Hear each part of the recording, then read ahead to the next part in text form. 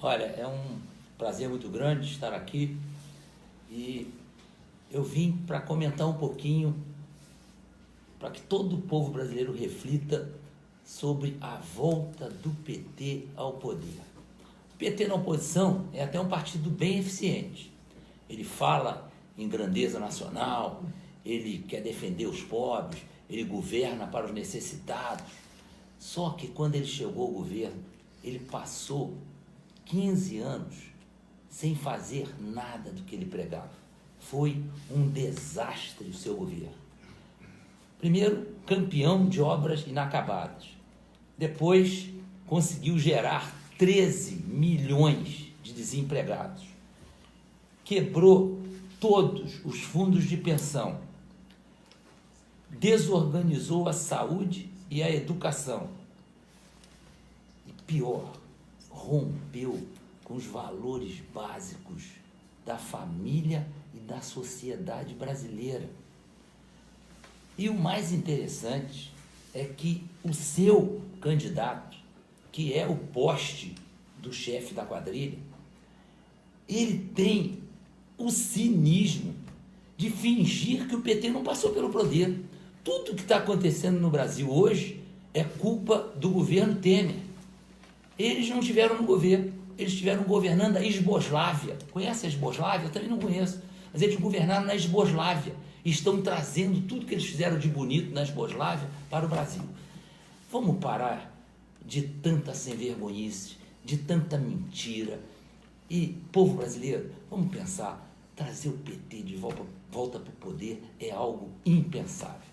General, só faltou uma coisa. Está no plano de governo do PT, combate à corrupção. E Não, daí? isso aí é o cúmulo da cara de pau. Aí piada, realmente é piada. Essa é piada pronta. Um minuto para o Flávio, candidato ao Senado aqui no Rio de Janeiro. Está em segundo lugar, mas está sendo acossado pelo terceiro. E amanhã é o último dia para pedirmos voto, né? Então, um minuto para o Flávio aqui falar sobre a sua campanha ao Senado aqui no Rio de Janeiro. Bom, boa noite a todos. Uma honra falar com vocês. Muito obrigado, né, por todo esse carinho que tem tido com a gente nas ruas. Certamente me abraçando, muitas pessoas se sentem abraçando também meu pai. O presidente, o próprio Datafolha, né, um instituto que a gente desconfia muito, desqualifica sempre o resultado, já nos coloca em primeiro lugar aqui no Senado, onde nós votaremos aqui para 2 candidatos. Então já estamos em primeiro lugar, mas sempre há o risco, obviamente, esse contexto que acontece no Brasil, de escolher o lado do bem com Bolsonaro ou o lado das trevas com o PT. Aqui no Rio também tem acontecido com relação ao candidato do PT. Então muitos ainda não sabem que eu sou candidato ao Senado. Eu peço a todos vocês, né, que caso possam ajudar a divulgar, para que possamos aí ser um braço forte do Rio de Janeiro, em contato direto com o futuro presidente, para fortalecer o nosso estado. Um abraço a todos e daqui a pouco eu levanto aqui para dar lugar ao nosso candidato ao Senado em São Paulo, Major Olímpio, que tem o mesmo número que eu, 177. Boa noite a todos. Ô Flávio, o candidato do PT ao Senado no Rio de Janeiro está solto? Está solto e pegando instrução no presídio, né? Então, como o Haddad também pega instrução com o chefe da quadrilha condenado por corrupção Lula, aqui também, né, o Lindbergh vai pegar instrução com um cara que está preso. O Rio de Janeiro não pode passar essa vergonha. Então, reforço, peço seu voto para o Senado. Flávio Bolsonaro, 177. Vou levantar aqui para dar lugar ao Major Olímpio. Boa noite. Bem, no dia de ontem, assisti apenas um pequeno pedaço aí do debate na Globo e assisti atônito Boulos e Haddad falando que eu quero acabar com o 13º, com o fundo de garantia. Eu sou o maior destruidor de direitos trabalhistas. Mentem descaradamente. Eu lamento apenas que a TV Globo, que patrocinou o debate, podia questionar numa hora dessa. Olha, não temos informação que o deputado Jair Bolsonaro, candidato a presidente, em qualquer momento falou em acabar com o direito trabalhista, ou que ia cobrar 20% de imposto de renda em quem ganha um salário mínimo. Ou seja, mentira em cima de mentira. Mais uma mentira foi jogada hoje junto a um público, Eduardo, um público bastante grande. São as pessoas que têm deficiência, que teríamos votado no passado um projeto contra eles. Então, quem lançou esse fake news foi a mãe do Vivier, cujo garoto, né, tem um site onde ele esculacha os valores familiares, prega contra Jesus, contra evangélicos.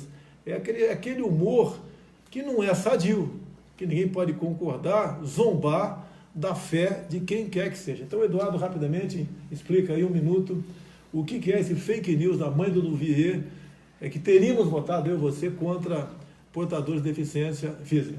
Na verdade, ela escreve um texto falando da Lei Brasileira de Inclusão e diz lá que eu e Jair Bolsonaro votamos contrário ao projeto, o que é uma mentira. Nós votamos favorável, tanto que o projeto foi aprovado de maneira unânime, só que no final do post dela, ela coloca um link do site da Câmara. Então, quem clica ali, acha que aquilo é verdade. Só que o link te direciona não para a votação do projeto, mas para a votação de um destaque. Destaque esse que queria incluir na Lei Brasileira de Inclusão um jabuti, falando no meio do texto para deficientes, falando ali sobre orientação sexual, ideologia de gênero, e aí é óbvio que a gente não pode aceitar um jabuti desse numa lei tão importante quanto essa. Então é uma fake news dita pela senhora Olivia Byington, que é a mãe do Gregório Duvivier, essa pessoa que o Jair Bolsonaro acabou de descrever. Antes de passar a palavra ao Major Olímpio, eu quero falar um pouquinho de PT ainda. Tem um livro aqui, o nome é Uma Ovelha Negra no Poder. Quem escreveu esse livro não foi o general Heleno, nem eu. Tô fora. Não foi ele. Quem escreveu o livro foi o ex-presidente do Uruguai, Pepe Mujica, que integrava o Foro de São Paulo com o PT. Então, no livro, na verdade, é um livro muito interessante, mas tem 2 páginas, 198 e 199, que fará com que você entenda perfeitamente o que é o PT e qual a sua proximidade com Cuba e com a Venezuela. Que quem escreve é o Pepe Mujica, não temos que duvidar dele. Bem, então, nessas 2 páginas, 98 e 99, Pepe Mujica diz do plano de Dilma Rousseff para afastar o Paraguai do Mercosul, de modo que pudesse entrar a Venezuela no Mercosul. Um avião saiu de Brasília, com toda certeza um avião da Força Aérea Brasileira, não tenho certeza, mas só pode ser, como ele diz aqui, foi buscar um preposto, um homem de confiança do Pepe Mujica, que era o presidente do Uruguai. Ele veio, então, para Brasília e começou a conversar com ele, passando instruções para ele. E ele começava, então, a anotar o que ia entregar ao Pepe Mujica. Da Dilma Rousseff fala em dado momento: rasgue esse papel, essa reunião não existiu. Ele rasgou o papel e ficou prestando atenção em Dilma. Bem, nessas 2 páginas, agora vem o que há de mais grave. Ela, Dilma Rousseff, passa documentos, filmes, degravações telefônicos, para que esse preposto de Mujica levasse para Mujica essas informações para que ele pudesse, então, colaborar em afastar o Paraguai do Mercosul para entrar na Venezuela. Detalhe, toda essa documentação colhida, conforme diz aqui Pepe Mujica, foi colhida através das inteligências cubana e venezuelana. Resumindo, Pepe Mujica diz que Dilma Rousseff tomava decisões de Estado dentro do Palácio do Planalto, ouvindo as inteligências cubana e venezuelana. Então dá para se sentir um pouco o que é esse governo do PT, qual a aproximação deles, com que países que eles faziam grandes acordos, via Foro de São Paulo, para exatamente ter uma hegemonia em toda a América do Sul. Inteligências cubana e venezuelana trabalhando dentro do Brasil, trabalhando no Paraguai também, para exatamente atingir um de seus objetivos de governo, que foi atingido. Pepe Mujica votou favorável, o Paraguai foi afastado do Mercosul, até porque naquele momento que vinha impeachment, foi afastado o presidente do Paraguai, e entrou então a Venezuela do Mercosul. E deixe bem claro, o Mercosul foi criado com boas intenções, mas depois ele foi sendo politizado, passou a ser um instrumento ideológico de comércio aqui no Brasil. Até essa questão, quando via instrução normativa, o Brasil assina uma instrução normativa com o Equador para importar banana do Equador diretamente para o CEAGESP em São Paulo. Vocês podem perguntar, né? Vamos fazer comércio com o mundo todo, nós somos liberais, mas cadê a lógica, general, de importar banana do Equador? E a banana começou a chegar já, então, essa instrução normativa de 2014, começou há pouco tempo chegar no CEAGESP em São Paulo. Ela dá uma volta de 10 mil quilômetros via Canal do Panamá para chegar no Porto de Santos. Até temos um candidato agora, lá do Vado Ribeira, um tal de Baber, né, que integrou a Associação de Bananicultor do Vado Ribeira, que várias vezes conversou comigo sobre esse assunto, tive 2 vezes conversando com ele lá. Ele é um dos nossos candidatos a deputado federal por São Paulo. Espero que o pessoal do Vado Ribeira dê o devido apoio. Lógico, se eu for presidente, na canetada, né, chama o ministro da Agricultura, que vai ser ministro da Agricultura e Meio Ambiente, um super-ministro, e ele, com a canetada, a gente faz o devido contato com as embaixadas, obviamente, e bota um ponto final nisso. Mas o Baber é importante, porque, afinal de contas, né, o Vado Ribeira não é apenas problema com a importação de banana, não. Tem questões ambientais terríveis, tem questão da indústria da demarcação de terras indígenas, que está se fazendo presente com muita força na região, querem acabar com o Vado Ribeira. É uma região pobre de São Paulo, tem uma economia baseada na banana, tem o Rio Ribeira de Iguape, cuja grande parte da plantação é na várzea do Rio Ribeira de Iguape. A cada 2, 3 anos existe uma enchente lá, é ciclos, acaba com essa cultura, que novamente o pessoal plantar tudo novamente. Bem, resumindo, Pepe Mujica, o pessoal está entendendo, então, o grande problema que nós temos. A edição normativa da banana do Equador é a mesma coisa. Você pode ver, quando Evo Morales, da Bolívia, expropriou, tomou aquela refinaria da Petrobras, Celso Amorim, o que ele declarou na época? Pensando que ele fosse ser contrário, falar grosso com a Bolívia, ele falou o seguinte: ele deu razão à Bolívia e disse que o governo brasileiro estava tendo um comportamento imperialista. Então era justa a expropriação daquela refinaria. Ou seja, o Brasil, com dinheiro nosso, com recurso nosso, com sacrifício nosso, com os bananicultores lá do Vado Ribeira, e não é Vado Ribeira apenas, o banana se produz em quase tudo quanto é lugar do Brasil. Daqui a pouco, outros países vão querer reivindicar, também exportar banana para cá. Olha a dificuldade que nós temos. Como se não bastasse, nós importamos, general, passa de água de coco da Indonésia. O produtor lá de coco do nosso Nordeste, ele está botando a 20 centavos o coco na porteira da tua fazenda, da tua chácara, da tua pequena propriedade, ninguém quer comprar. Esse é o Brasil. Nós estamos importando passa de água de coco.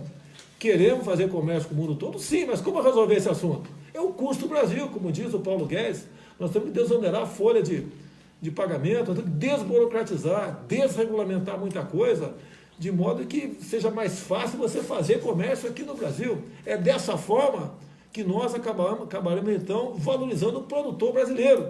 É a mesma coisa a questão do produtor rural, que o Naban tem conversado muito comigo, e tanta gente tem conversado comigo nessa área, como o Frederico Dávila de São Paulo também, muita gente nos assessora nessa área. O produtor rural não pode continuar sendo refém, entre outras coisas, né? Invasões do MST, falta de uma retaguarda jurídica, uma segurança jurídica. Hoje a fazenda dele, amanhã pode ser da reserva indígena tal. Apesar do marco temporal dizer que não se pode mais demarcar qualquer nova terra aqui no Brasil, né, depois de 50 anos da promulgação da nossa Constituição. E eles estão cansados também, o produtor rural, da indústria da multa, IBAMA e ICMBio. E as multas, eu não vou entrar em detalhe aí, que é muito longo, né? Você vai no artigo 80, na emenda constitucional 81 da nossa Constituição, é bem claro lá, dizendo o quê? Que essas multagens, né, por trabalho escravo ou análogo à escravidão, segundo o ativismo judicial, a pena é o quê? Expropriação do imóvel. Bem, então, continuando aqui, passar a palavra rapidamente para o nosso candidato aí ao Senado em São Paulo, o nosso querido Major Olímpia. Eu quero agradecer ao povo brasileiro, em especial à população do estado de São Paulo, por toda a mobilização para levarmos o Jair Bolsonaro à vitória já no primeiro turno, no domingo. Nos 645 municípios, a mobilização é intensa, os ativistas pró-Bolsonaro, os partidos que estão nos apoiando nesse momento. Quero pedir, de fato, a todos os nossos candidatos uma mobilização. Nós estamos nas ruas, como está o Eduardo Bolsonaro, o Gil Carteiro, nos faróis, 24 horas por dia, todos os candidatos. E eu quero pedir a consideração do povo de São Paulo. Eu sou o candidato da direita, o candidato da família, o candidato da defesa da vida, da legítima defesa contra o uso de drogas, contra o aborto, com o Jair Bolsonaro, assim como o Flávio precisa estar no Senado. Nós temos o mesmo número, pelo Rio de Janeiro, 177. Eu quero estar com o Flávio na trincheira, no Senado, defendendo o governo e as propostas do Jair Bolsonaro. Major Olímpio, 177. Flávio Bolsonaro, 177. Bem, tem muitas dúvidas sobre votar ou não com a camiseta do candidato. Pode votar sim com a camiseta do candidato, está autorizado. O que não pode é grupo de pessoas com a mesma camiseta, semelhante, é sinal que está havendo algum lobby, algum trabalho nesse sentido. Agora, individualmente, tem dezenas de modelos de camisa comigo, né? E o pessoal pode votar sim. Agora eu quero fazer um apelo a vocês, tá? Mais uma pesquisa aí, subimos mais um pouco. Nós desconfiamos que estejamos bem na frente do que parece. Meus amigos, vamos evitar um segundo turno. Jair Bolsonaro e Fernando Haddad do PT. A gente sabe que eles têm muito mais munição, dinheiro, poder de fogo do que nós. Tem uma capacidade de mentir enorme. Nós temos certeza que podemos ganhar isso. Nós desconfiamos do voto eletrônico, tanto é que aprovei o voto impresso lá atrás. Lamentavelmente o Supremo derrubou. Vamos acatar qualquer resultado das eleições, não há dúvida que vai acatar. Tá certo? Logicamente que não temos uma forma, né, de fazer uma auditoria. O Supremo derrubou o voto impresso, era 5% apenas, mas era uma maneira de, mais que uma pesquisa, com as urnas pulverizadas, como o ministro Fux tinha decidido há pouco tempo, espalhada por todo o Brasil, daria assim para fazer uma pesquisa. 5% das urnas é muita coisa, seriam alguns milhões de pessoas que estariam, então, tendo a certeza que votou naquele candidato. Então, o que a gente pede, com todo o respeito que eu tenho aos demais candidatos, sem citar nome aqui, tem bons candidatos aí, tudo bem, mas votar nele é insistir, é fazer com que se jogue isso para um segundo turno. Ele não vai chegar, que pese o seu candidato estar com 2, 3, 1, 5, 6%, sendo um bom candidato, ele não vai chegar. A gente pede o voto útil, porque é melhor adiantar agora do que deixar para um possível segundo turno. A gente sabe que esses caras podem fazer, tudo pode acontecer. Mais ainda, pelos números que nós estamos vendo aqui, o último número, se eu tiver mais 6 milhões de votos, a gente liquida a fatura no primeiro turno. Então, se cada um de vocês, que acredito que vão votar, me arranjar mais meio voto, ou seja, cada 2 pessoas, cada família me arranjar mais um voto, dentro da própria família, que ia votar em outro candidato, ou ia anular, ou ia votar em branco, ou ia se abster, conseguir isso aí, nós decidimos a fatura no primeiro turno. Então nós temos tudo para ganhar no primeiro turno, e ganhamos então 3 semanas para a gente montar um ministério enxuto, com no máximo 15 ministros, que possa realmente representar os interesses da população e não de partidos. Há poucos dias recebemos o apoio da Tereza Cristina, do DEM de Mato Grosso do Sul, são 260 e poucos deputados e senadores que hipotecaram solidariedade a nós, no primeiro turno, inclusive.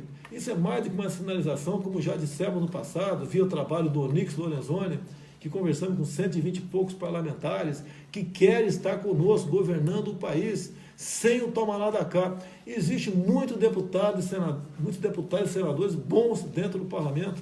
São essas pessoas que estão se chegando para o nosso lado e não querem mais participar, fazer política, né, como outros fizeram até o presente momento. Então, o voto útil, eu apelo a vocês, assim como apelo aqui para E fechar essa candidatura no primeiro turno significa uma grande economia para o país e vai permitir que as coisas sejam tratadas com maior antecedência, o período de transição fica maior. Isso vai dar um respiro muito grande para a sociedade brasileira. Pensem nisso. Eu estou aqui com o Gil Diniz do meu lado também, é um dos candidatos nosso a deputado estadual de São Paulo. Que apelo que eu faço? Nós temos uma página, bolsonaro.com.br. Você abre, ali tem as 27 unidades da federação. Se você for, por exemplo, da Paraíba, tu clica lá. E lá, então, tem a relação dos candidatos a deputado federal e deputado estadual, bem como do Senado, e em alguns estados tem governador. A gente pede que você escolha, lá na Paraíba, escolha, por exemplo, Júlia Lemos, tem bons nomes lá, entre outros. Vote nele. Porque o que acontece? Vamos voltar para São Paulo, que eu conheço bem São Paulo, que é o estado mais complicado, tendo em vista a quantidade de cadeiras que tem. Se não me engano, são 70 para deputado federal e 94 para deputados estaduais. Mas olha, para federal, por exemplo, o coeficiente está em torno de 300 mil. E quem não tiver 10% disso, quem não tiver 30 mil votos, não chega. Então nós achamos que podemos fazer 8 deputados federais em São Paulo, com a votação do Eduardo, com a votação dos candidatos, com a votação de legenda. Mas se nós não tivermos 8 deputados com 30 mil votos, essas cadeiras são preenchidas por outros partidos.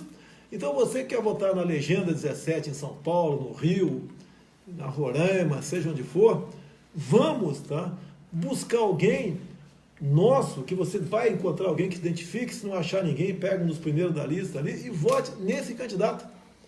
Por exemplo, Roraima, temos tudo para fazer o Deilson, que usa o meu nome, inclusive, Bolsonaro, temos tudo para ter um garoto humilde, de família simples, que tem um profundo conhecimento da região, que me assessora muito com números, com dados, para se eleger deputado federal. Então esse apelo que a gente faz a vocês, na reta final, vamos buscar o 17 presidente, 177, o senador aqui por São Paulo, o Major Olímpio, o Flávio Bolsonaro, a mesma coisa aqui, o Gil Diniz, deputado estadual, tantos federais pelo Brasil, a gente precisa disso e apela para vocês nesse sentido. Vamos praticar o voto útil, vamos cada um arranjar mais meio voto para presidente, que nós liquidamos a fatura no primeiro turno. Quanto tempo temos aí? Temos mais 3 minutos ainda? Não, 30 minutos. 30, então vamos encerrando aqui. Alguém quer falar mais uma coisa rapidamente aí? Não, eu ia falar sobre a Manuela Dávila, que convidou o Mujica para ser vice-presidente da URSAL, União das Repúblicas Socialistas Sul-Americanas. Ela é comunista. Não pense que o comunismo acabou. Eles não desistirão jamais. Bem, amigos, muito obrigado. Amanhã às 8h30 faremos então a última live e a gente espera realmente trazer boas informações a vocês e pedir mais uma vez o carinho de vocês, o empenho para nós mudarmos o destino do Brasil, eliminando de vez o fantasma do PT que nos assombra a todos. Boa noite, muito obrigado a todos, um bom jogo agora, Flamengo e Corinthians. Valeu!